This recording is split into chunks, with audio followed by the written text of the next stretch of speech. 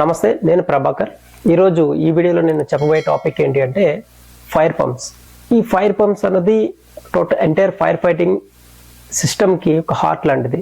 ఎందుకంటే in case of any emergency other sprinkler activate అవ్వాలన్నా, hydrant సిస్టమ్తో ఫైర్ ఫైట్ చేయాలన్నా, లేదంటే హోజ్ డ్రిల్ డ్రమ్ యూజ్ చేసి ఫైర్ ఫైట్ చేయాలన్నా, ఈ ఫైర్ పంప్స్ అన్నది వర్కింగ్ కండిషన్లో ఉన్నప్పుడు మాత్రమే ఇదంతా సాధ్యం.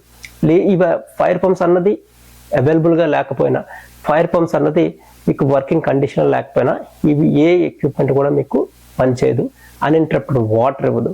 సో ఫైర్ పంప్స్ అన్నది ఎందుకు అవసరం అంటే, నార్మల్ మున్సిపల్ వాటర్ తోటి ఇంత ప్రెజరైజ్డ్ వాటర్ని మనం టాప్ ఫ్లోర్ వరకు రీచ్ చేయలేం. అలాగే స్ప్రింక్లర్స్ని కంటిన్యూస్గా స్ప్రింక్లర్ని వాటర్ వచ్చే విధంగా దాన్ని మెయింటైన్ చేయలేం. అలాగే హైడ్రెంట్ ఎక్సర్సైజ్ దాంతో చేయలేం. కాబట్టి దీనికి స్పెషల్గా డెడికేటెడ్ ఫైర్ పంప్స్ అన్నది మ్యాండేటరీ.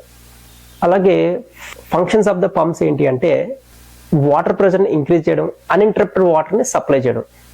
ఈ ఫైర్ పంప్స్ దేనికి సపోర్ట్ చేస్తాయి అంటే, హైడ్రెంట్ సిస్టమ్కి, హోజ్ డ్రిల్ డ్రమ్స్కి, అలాగే స్ప్రింక్లర్ సిస్టమ్కి ఫైర్ పంప్స్ అనేది సపోర్ట్ చేస్తాయి. దానికి అన్ఇంటరప్టెడ్ వాటర్ని సప్లై చేస్తాయి. టైప్స్ ఆఫ్ ఫైర్ పంప్స్, ఎన్ని రకాల ఫైర్ పంప్స్ ఉన్నాయి అనే దాని గురించి వస్తే 3 రకాల పంప్స్ ఉంటాయి. ఒకటి jockey pump, main pump and diesel driven pump.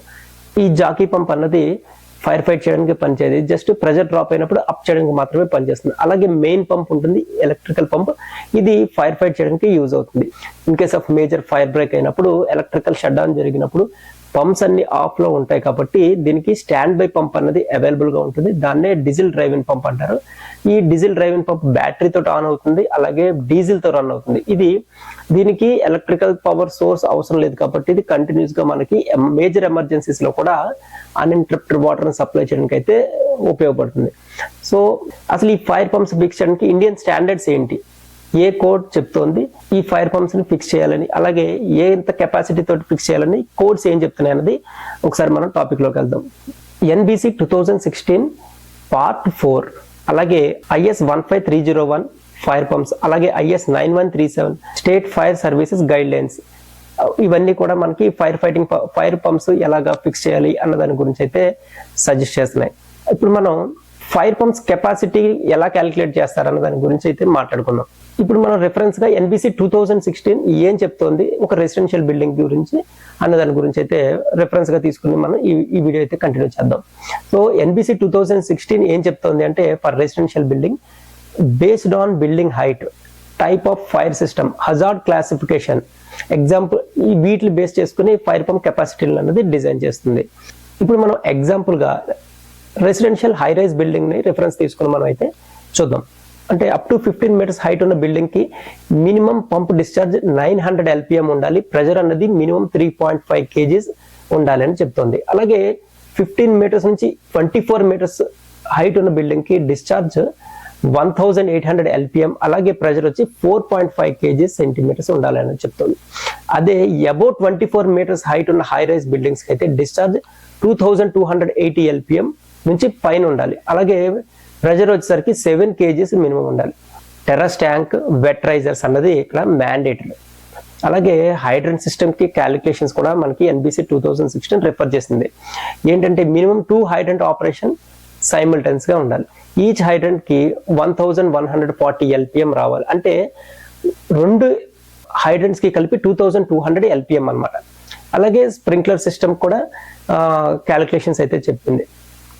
Depends on hazard type. అంటే ఏంటి హజార్డ్ టైప్ అంటే, light hazard, ordinary hazard, high hazard అని 3 కేటగిరీస్ గా డివైడ్ చేసింది. అంటే నెంబర్ ఆఫ్ స్ప్రింక్లర్ ఆపరేటింగ్ సైమల్టైన్స్ గా, అంటే ఒకేసారి నెంబర్ ఆఫ్ స్ప్రింక్లర్స్ ఆపరేటింగ్ ఒకేసారి కంటిన్యూస్ గా జరగాలి ఇన్ రెసిడెన్షియల్ బిల్డింగ్. అంటే మనకి ఈ రెసిడెన్షియల్ హై రైజ్ బిల్డింగ్ అన్నది ఎలా చెప్తుందంటే లైట్ హజార్డ్ గా కన్సిడర్ చేస్తుంది NBC. అలాగే పంప్ ప్రెషర్ క్యాలిక్యులేషన్స్ కూడా ఒక క్యాలిక్యులేషన్ చెప్పింది. అసలు ఈ పంప్ ప్రెషర్ క్యాలిక్యులేషన్స్ ఎలా చేస్తారంటే, దేన్ని బేస్ చేసుకుని చేస్తారంటే, vertical height of the building, దీన్ని హెడ్ అంటారు. అలాగే పైప్ ఫ్రిక్షన్ లాసెస్, కొన్ని లాసెస్ జరుగుతాయి పైప్ వాటర్ ప్రెషర్ పైకి వెళ్ళినప్పుడు.